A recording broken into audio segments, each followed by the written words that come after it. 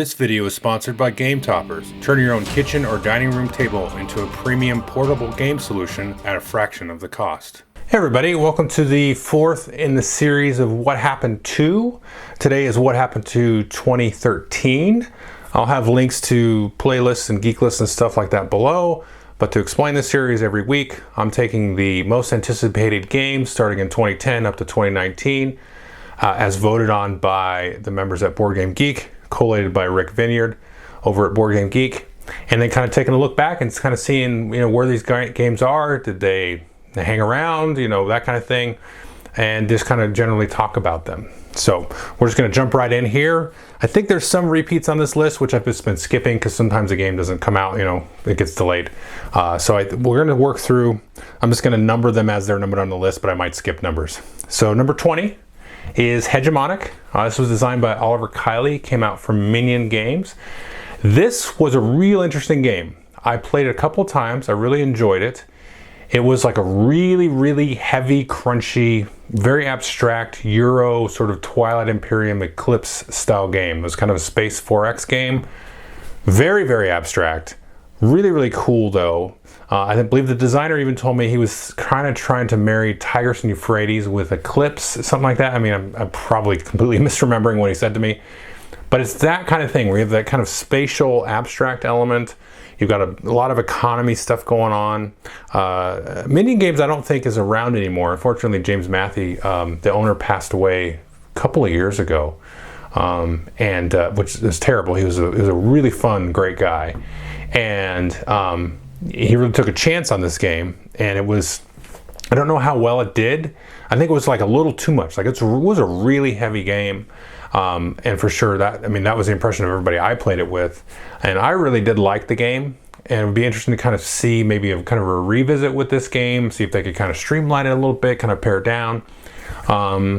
But yeah, it was a cool game, but it definitely has kind of disappeared. Minion Games has gone away. And I don't know if anybody would really pick this up. I don't think the world is really ripe for this kind of game right now because it's a big heavy game, and it's very hard to kind of wrap your head around. If you find a copy at like a bargain price, which you might be able to, if you like big heavy chunky Euros, you might pick it up to give it a shot. Just know that you're in for a bear. But to me, I really enjoyed the game. I think it was on my top 10 list somewhere that year. That's number 20. Let's see, number 19 is Mansions of Madness, Call of the Wild. So actually a little surprised that this is on the list. Now I did comment originally, I think on the 2010 list, Mansions of Madness was on there. That was like the number one game. But I felt like that one really fell flat. There was a lot of problems with that game. Some local folks in my group at the time really despised the game. A lot of folks I talked to personally just did not like the game. It wasn't well balanced to them. It was very clunky, hard to parse rules and that kind of stuff.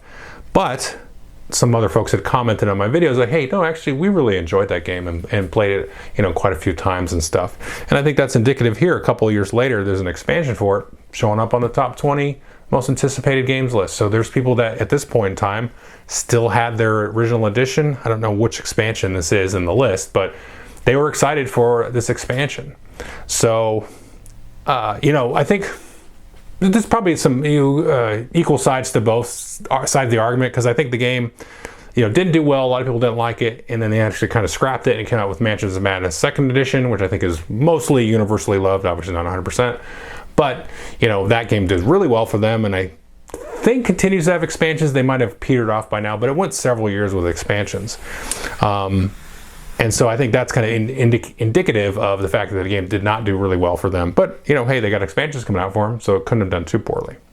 So that's number 19, Mansions of Madness, Call of the Wild. Number 18 is Bora Bora. It's a Stefan Feld game. And this is the first Stefan Feld game on these lists. Now, Stefan Feld was, by this time, I think, kind of hitting his peak, right? Because he had Castles of Burgundy came out, which is arguably his biggest game ever. And then Trajan, which also came out, I believe, the year after that. And that was really well received. I really enjoyed Trajan myself. And he had In the Year of the Dragon, which was, I think, his first game. And then Notre Dame, which was another game. And In the Year of Dragon, Notre Dame were I wouldn't say huge hits. I think they were relatively huge hits for the time that they came out. And I think they're still a beloved game. I do not like In the Year of the Dragon. I don't really like Notre Dame either. In the Year of the Dragon is fine, but I don't like it. Like, I'm not going to argue it's a bad game. I just don't want to play it. Get it away from me. But I really like a lot of his other games. I liked most Stefan Feld games I played. I really liked Bora Bora back at this time too. It's a great game. I don't think this is necessarily in print. I'm sure it probably is. It's probably kind of sort of a soft evergreen, if you will. I don't think they really have sold through their print runs. I'd be curious to see if this one still hangs out. But interesting to me is that it's the first Feld on the game. So he really hit his mark with Castles of Burgundy and then Trajan, and I think really became kind of a household name, like a Reiner Knizia, Martin Wallace, that kind of level. And there were people at the time starting to say, you know, Stefan Feld is my favorite designer. You know, you could hear that a lot back then. And you can kind of argue the whole point salad thing. But to me, I mean, first of all, nobody does point salad like Stefan Feld. You know what I'm saying? So, you know, he gets guff for it. I don't give him any guff for it because he really has fine-tuned and cranked that design. I play Castles of Burgundy with the family, with the game group, you know, online on the apps and stuff like that now these days and all that stuff. And I'm excited for the new edition to Castles of Burgundy. So whatever. I mean, that's a fun game to play, in my opinion. And so was Bora Bora, so was Trajan. They were sweet little puzzles to play. And they didn't really try to have any pretense of being otherwise either. So I think that's why I kind of like them. So anyway, that's number 18, Bora Bora. Number 17, Lost Valley, the Yukon Gold Rush. And this is, I believe, a reprint. This is a weird game. I played this, I think, one time. And it has those weird trapezoidal tile pieces where you kind of would build kind of a tile placement area control kind of style game. My memory of it is not super hot because I probably played it right around then or a year or so after that. I remember kind of liking the game. It had kind of a good buzz because it was kind of coming back in print, sort of a lost gem in a lot of people's minds. I don't think this is around anymore. I mean, this is not really stuck around in the consciousness of folks or anything. I have not thought of this game until I looked at this list. But I remember it being a decent game, you know, nothing really. I think I had overhyped it in my mind because it was like this weird game, you know, with the weird shapes, and you know, you were hearing a lot of buzz about people saying it was just a really amazing game and stuff. So I was like, it's okay. So it hasn't lasted. So that was number 17. We're gonna skip a couple here because there's a couple of repeats up to number 14. This is the Battle of Five Armies. So this is kind of the follow-up to the War of the Ring. The War of the Ring was about the whole Lord of the Rings trilogy, big epic 2-player or 4-player board game. The Battle of Five Armies is the same kind of deal, card-driven on one end, dice-driven. If you're kind of the evil player, you get some extra dice and stuff to activate stuff. I mean, both sides get dice, but you have a bigger dice pool and things like that. And it's kind of playing out the end of the Hobbit book. And this is still around. They've come out with like a collector's edition of it with, you know, pre-painted miniatures and all that kind of stuff. I believe there's been an expansion or two for it. It's still, you know, in print and all that stuff. It plays a little quicker than War of the Ring. It's probably a little bit not as heavy. It has a lot in common with the mechanics of War of the Ring. But, you know, it's got that Tolkien, you know, IP kind of attached to it. Yeah, I would say if you kind of wanted to play War of the Ring and you didn't really want that big epic like 3+ hour experience, it's pretty rules dense. It's not too bad if you like heavy games, but if you're not into really big heavy games, but you really want to try War of the Ring because it intrigues you, Battle of the Five Armies might be the better bet because it's a little bit less going on, just a tiny bit.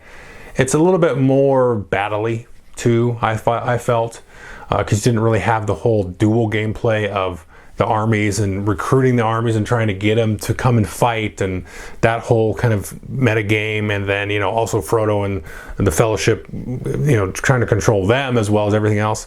So Battle of the Five Armies is a little bit more pared down, a little bit easier to access, but still just lots of good meat and good stuff to chew on, and it's a really fun game, and I do recommend either game. But if you were sort of nervous about War of the Ring, Battle of the Five Armies would be a good sort of stepping stone into that. So that was number 14. Number 13 is Tammany Hall. This is a reprint of a game that came out. This would have been about 8 years before this. This is similar to that Lost Valley game in that it was kind of like a small print run originally. I think it only sold like less than 1,000 copies. But it had really a lot of buzz. And Tammany Hall is kind of your very pure, traditional, like very strict area control game set in, you know, late 1800s New York City. and you're kind of like manipulating the boroughs and trying to control the different things. And then they have the kind of the hook with this one is there were different sort of roles that you could get, and so the winner kind of the current round would get the mayor, and then he would dole out the roles to the other players. So the mayor didn't really have any special abilities, but then the other roles were all special abilities that would hurt the mayor. So the mayor had to kind of pass out these different roles that gave everybody a special ability, and then they would of course try to utilize them in an efficient way to win the next day. And it was kind of trying to time and kind of hide in the shadows a little bit until I think it was 5 rounds. At the end of the 5th round, then you would have the most points and be the mayor at the end of that. Really unique game, very evil, very mean. I did really enjoy it. I don't have this one anymore. I think it's probably just a little too mean for me, but not really. I mean, like, I'd play it. It just, I only got so much space on the shelf. But it's a good game. And I think this one is still readily in print. I still see this one around. I don't remember who picked it up. It's kind of jumped publishers a little bit. But if you like it, I would recommend folks just try it, because I think it's worth the experience of playing this a couple of times. You may not like it, because like I said, it's pretty cutthroat. But if you don't mind that kind of thing, then it can be a lot of fun. And it's pretty thematic, actually, how everything kind of works as well. So that's Tammany Hall, number 13. Now, number 12 is interesting. I mentioned this one last week because it wasn't on the list. And this is the expansion to Android Netrunner, Cyber, Exodus, and Study and Static. So there's a couple expansions that kind of were grouped as one item in here. Now, the reason that Android Netrunner, which arguably was the biggest game of the year previously, was because it wasn't really announced until right before Gen Con. And then it hit, and it was basically the same as the original Netrunner with some different tweaks. And it was a living card game, not a trading card game, and all that stuff. And it was a lot of fun. Really, just a different style, sort of battle game. If you've not heard of Netrunner, there's a bunch of videos. I've got a big old video on it as well. It's no longer around. So talking about that, but just before we get to that, so it was really, really hyped up. I mean, not hyped up, but it was really popular. It was really well received at this point. And it was doing really well. I mean, there was tournaments and all those things. Now, as time has gone on, sales kind of dwindle off as they do with these kind of games. And then Fantasy Flight, of course, lost the license. I believe Wizards of the Coast has the license back. They've not really done anything with it. So maybe we'll see it come out in a different form as a, God forbid, a collectible card game. We might see it come out. But there's still actually a thriving community. Even though this game is not really available for sale or anything, there's still a thriving community for Android Netrunner. People play it. I believe there's some fan cards and fan expansions that have come out that have been pretty well received from what I can understand. So this one is hung around. It's a little bit of a shame, that it's gone away.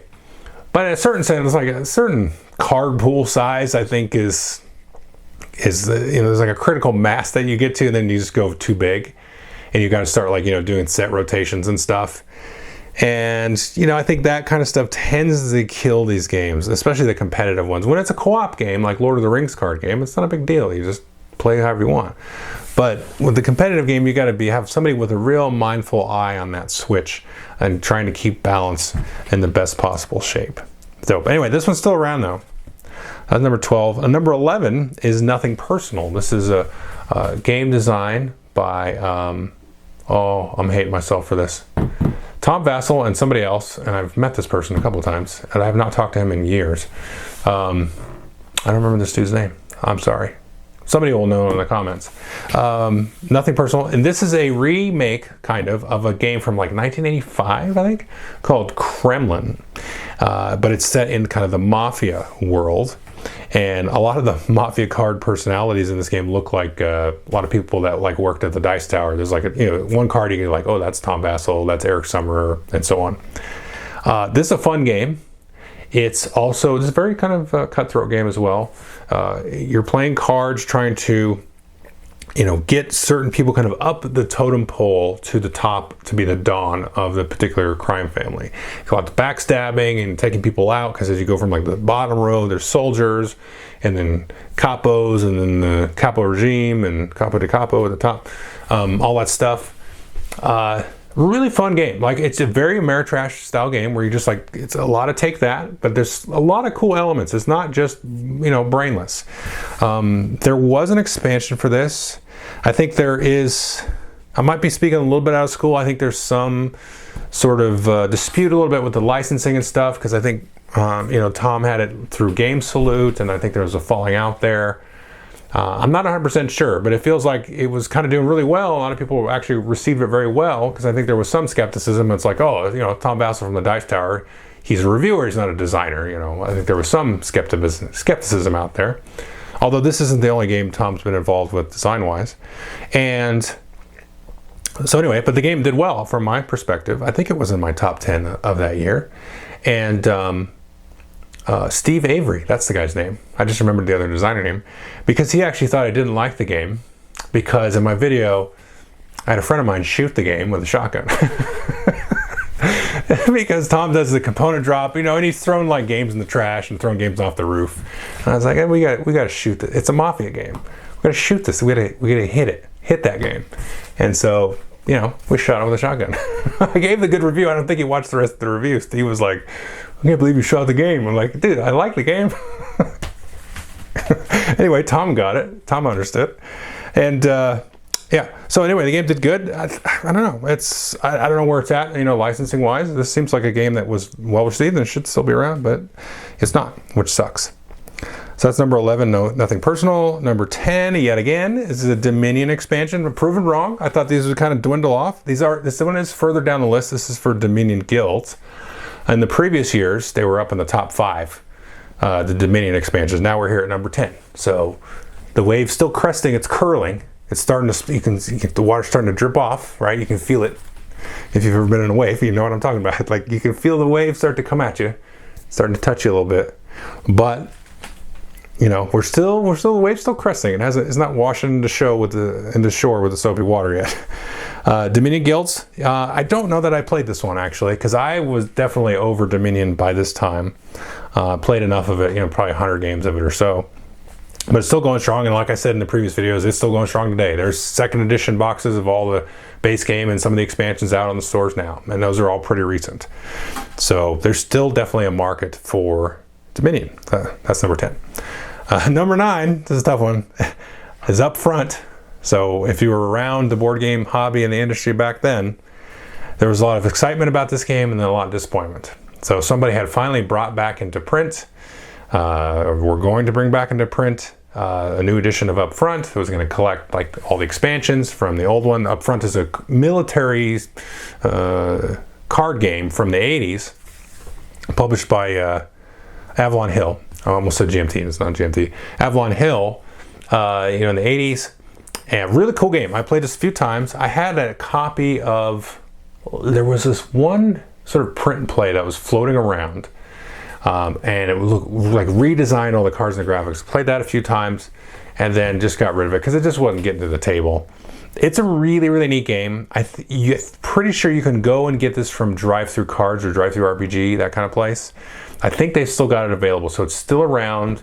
This just fell into this whole, like, it was a huge mess. I think people like ended up not getting their copies from the Kickstarter that was going to run this Up Front. It was a nightmare. It was like a meme for 2 years in the board game industry about, well, what does this mean for Up Front? Anytime there was a news item about something completely unrelated, some joker would say, well, what does this mean for my copy of Up Front? Nothing. It's got nothing to do with that. Yeah, so this is another one of those licensing hell things. A lot of these, this is crappy. The last couple of weeks here, this has been those things. They're all Kickstarter related, and they're all like related to one or two of these publishers. But yeah, they just kind of went away. Anyway, that's number 9 Up Front. A little sad there. Hopefully, somebody should pick this up. Like, why doesn't GMT pick this up? You know, and just make some nice cards with that, and just print the whole thing, all the expansions, the Russians, the Japanese, Germans, Americans, you know, all that stuff. I would rather play Combat Commander though. If there's elements of Combat Commander that are from Up Front, I'm telling you. It's a better game too. Okay. So that's number 9. Okay. Number 8 is Quarantine, which was a game about making a hospital, which we've seen a couple of those over the years, not too many. Not a game I enjoyed, not a game I hear anybody talk about. I think it was interesting because of the theme back then. And that's probably about it, because it was not really that fun of a game. You had to like manage the queue of patients coming in and kind of, you know, build up the hospital with these different tiles and things. It just did not, you know, didn't do well, I don't think. I think there were some people that liked it, but I mean, that doesn't matter. I didn't like it. I do not recommend it at all. I did not think it was a good game. Yeah, so it is a kind of a medium Euro, you know. Nothing too much to write home about. So that's number 8. We're going to skip 7. We're going to go to 6. Here's another one. So somebody actually brought this up, I think, in my 2011 video. This is the Lost Legion expansion for Mage Knight, which I believe is the 2nd expansion. So Mage Knight is another one, kind of like Netrunner, that kind of came out of the blue. Not Vital Lacerda. Oh my gosh. The guy from CGE who did Through the Ages. I should look these names up before I do this stuff. He's like the main guy at CGE. So anyway, he designed it, Mage Knight, and it is a huge. I've got the game here. I can look at it. Look at his name. Vlada Shavatal. That is his name, because I've got the Ultimate Edition set right above me. Still a game that I play. I prefer it solo. I think enough has been said about this game. It's a huge, massive, heavy beast of a game. And I recommend folks play it 1 or 2 players. I've played it at most with 3. 3's way too many. I never will play it with 4. I would play it 2-player. But yeah, it's just a big, beefy card adventure, you know, game, kind of like Magic Realm from the 80s, but just, you know, I never played Magic Realm, but way better probably, and more refined and polished and all that fun stuff. Magic Realm's probably great, but yeah, it's just one of these big epic adventure games. And so the expansion here is number 6 on this year. So people are still excited about this. They've had, like I said, Ultimate Edition. This came out just a couple of years ago. It's still in print. It's still, you know, somehow manages to stay in print, because it's, like I said, it's a huge beefy game, but it is worth your time investment to play, especially if you're a solo gamer. This is not my favorite solo game. I did a top 10 solo list a couple of times now. It's just too much for me to say it's my favorite. And it's one that when I do break it out, I've got to spend an hour like remembering the rules and reading through the rules again. But then once I do, it's very rewarding, and I'm glad that I did it. So that's number 6, the Lost Legion expansion for Mage Knight. Number 5 is Roll for the Galaxy. This is kind of the first spin-off of Race for the Galaxy. It's the dice version of Race for the Galaxy. So you kind of rolling dice, building a little sort of hand of dice, and then playing Race for the Galaxy, kind of, where you got the different, you know, explore and colonize and all these different things. Not colonize, but you know, all the different roles for Race for the Galaxy, and produce and all that stuff. And so, but it's with the dice system, and it's kind of like a dice building game. So you get new dice in your cup, and you roll those up, and you kind of do them behind a screen and reveal them, and everybody kind of takes those rolls, and you can get wild dice and all that stuff. It's a lot of fun. Really, really enjoyed this game. I don't have it in my collection anymore. The one game of this sort of series in my collection is New Frontiers.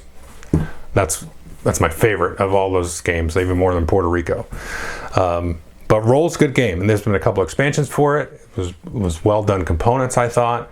I think it was mostly well received. I felt like it was a little middling in terms of the reception, but I think they've moved on from this. I don't know that there's going to be any more expansions, but I know I've seen it in shops, so I know it's still out there. They're still printing it. So I think it's been a decent hit, you know, for them. Not a huge success, but I think it's been well received overall throughout the years. So number 5. Let's see. Number 4 is the 7 Wonders Wonder Pack. So obviously expansion for 7 Wonders, a bunch of new wonders. Last year, the number 1 game was the 7 Wonders expansion, and so it's still really high out there. 7 Wonders has kind of gained some steam, I think, over the years. They've had a 2nd edition. I've kind of repeated myself a little bit on this, but it's a different expansion for 7 Wonders. That's the number 4 on this list. So I'm not going to talk too much about that because I already have. Number 3 is Star Wars X-Wings Miniature, and these are for like the Wave 2 ships. Now, if you go look at last year's video, I think it was like around number 10, Star Wars X-Wing Miniature. Now the expansions have shot to number 3. So I think there was, and I kind of commented on the video last week about like, I don't remember really hearing about this game until I was at Gen Con. So I think I must have just missed it or something, because I don't remember hearing much about it at all. And then it came out, and when I went to Gen Con and got the demo of it and played the game, I was like, whoa, this is going to be great. And obviously, it's been huge. It's been lasting. So its popularity really shot up. You can see over that year that it's come out. And I talked about it last week where, I mean, it's still around. There's been a second edition. Atomic Mass Games has it. You know, there's still tournaments. It's just really lasted. So anyway, number 3, X-Wing Miniatures expansions. Number 2 is Kingdom Death Monster. I don't think this actually came out back then. This was a couple of years later. I don't remember when it actually finally hit. The Kickstarter was very popular. The game today is still really popular. The company, from what I remember, what I can tell, is just a one-game company. So they've done a couple of Kickstarters now for it. They still sell it regularly. It's a big, like, $400 box. I did a review of it. There's a bunch of reviews of it. It's a game I really enjoyed. Not something I've kept in the collection. You know, just there's other games that are kind of that. This one is not a dungeon crawl. I don't want to call it a dungeon crawl. But it's a campaign game, and there's tactical battle elements like you see in a dungeon crawl. It's almost like a funky, dark as hell Civ game, you know, in a way. It's like you're building a civilization in hell almost, sort of.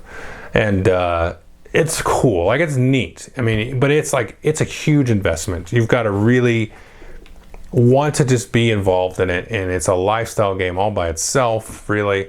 There's tons of different expansions and figures and stuff, and you can definitely, you know, replay the campaigns and all that stuff, and there's a lot of cool narrative things, and just, you know, it's kind of dark and gross and stuff in a lot of ways, not in a way that I think is bad or, you know, offensive or anything. You know, but it is what it is. If you don't want to be involved with that, I mean, I wouldn't judge you on the other side of that either, because it's crazy. So that's not for everybody. And yeah, but it's lasted. I mean, this game's been around, and I still hear people talking about this today. The company's still around. They're still making it. So I think it took them a little while after this point, from what I remember, to kind of get it out. But it was a huge production. It took them a while, but they delivered it, and I think they've been delivering it for, you know, their fans ever since. So that's number 2, Kingdom Death Monster. Number 1 is, and I was kind of surprised when I saw this, Lords of Waterdeep, Scoundrels of Skullport. This is the expansion for Lords of Waterdeep. Really cool expansion. I still have the game and the expansion on my shelf. You did not see Lords of Waterdeep anywhere on the previous list because it kind of came a little bit out of nowhere. They kind of announced it, and then it was for sale, I think, like a month later. And people were sort of like, oh, what's this? A Dungeons and Dragons Euro game? A worker placement game? This is not going to be, eh. And I got it, and I kind of had the same attitude. I was like, oh, well, you know, let's try it. And then I liked it, and I was like, this is really cool. Played it with family, played it with gamer group. Both sides of the aisle have enjoyed it in that case. The expansion really makes the game, in my opinion. I don't think you really have to get the expansion right away if you've never played Lords of Waterdeep, but I would recommend it. Once you get a few plays in, it really adds some extra elements and layers and a little bit of depth there to the game that is, you know, made it stay in my collection. So I definitely recommend it. And I wouldn't say I've seen a lot of people talk about Lords of Waterdeep these days, because this has been out a while, but I still see people playing it and still see it in shops, still see the expansion in shops. You know, still around. This is definitely an evergreen for Wizards of the Coast or Hasbro, whoever. I don't know. It gets confusing in who actually the moniker of publishing is. I think it's gotta be Wizards of the Coast. It's Dungeons and Dragons. But yeah, and so yeah, I mean, it's been around, and I think it's cool. It's kind of neat to see this be the number 1, because I think there's some people that sort of just dismissed it. Like I said, I had a little bit of an attitude going into it, but once I played it, I was like, oh, it's really good. But then, you know, there's other people like, Euro, Dungeons and Dragons, whatever, cash grab. Like, whatever, everything's a cash grab. It's a business. And I was like, okay, cool. So that attitude did not pervade itself. This is the number 1 most anticipated thing in 2013 for a good reason. And it turned out to be a really good expansion. So that's good. It makes me happy to see that. Okay, that's the 2013 stuff. So next week's 2014. If you're still watching at this point, I will probably tack on some hindsight, because as I've had this chance to kind of marinate with the stuff and sit with it, I had some thoughts. I might do kind of a separate little mini vlog video after next week. We'll kind of figure it out. I kind of want to take a halfway point kind of look back over the years and see some of the trends and stuff, some of my predictions. Because like I said, I don't really look ahead. I'm not going to look at this next list until I get this one edited and put up, and then I'll look at the 2014 list after that, because I don't want to kind of taint my experience of going through the list. So there you go. Thanks.